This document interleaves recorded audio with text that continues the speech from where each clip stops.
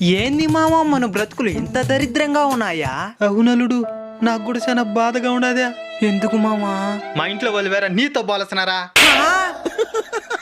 అంటే మన బ్రతుకులు ఇటు ఉన్నాయని బాధలే, నాతో పోలస్తున్నారనేదే నీ బాధ. చంపేస్తాను నిన్ను. సారీ సారీ అల్లుడు. సరేలే, మన బ్రతుకులు మారేదానికి ఏదైనా ఐడియా ఉంటే చెప్పు. మచ్చా, బిజినెస్ స్టార్ట్ చేద్దాం. సూపర్ ఐడియా మామా. జిఎస్టీ తీసుకుందాం, వెబ్సైట్ క్రియేట్ చేద్దాం, బిజినెస్ స్టార్ట్ చేద్దాం అల్లుడు. అవును మామా, ట్యాక్సులు కడతాం, కోటీశ్వర్లు అయిపోతాం.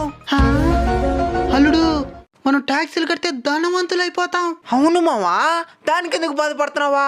సంతోషపడు మామా. మనం ధనవంతులు అయిపోతే మనకి రేషన్ కార్డు ఉండదు, అప్పుడు మనకి బియ్యం పప్పు ఫ్రీగా ఏరల్లుడు. అవును మావా, ఇది తెలియకుండా మనం అనవసరంగా బిజినెస్ పెట్టేసుంటామా. నువ్వు చాలా తెలివిమంతుడు మావా.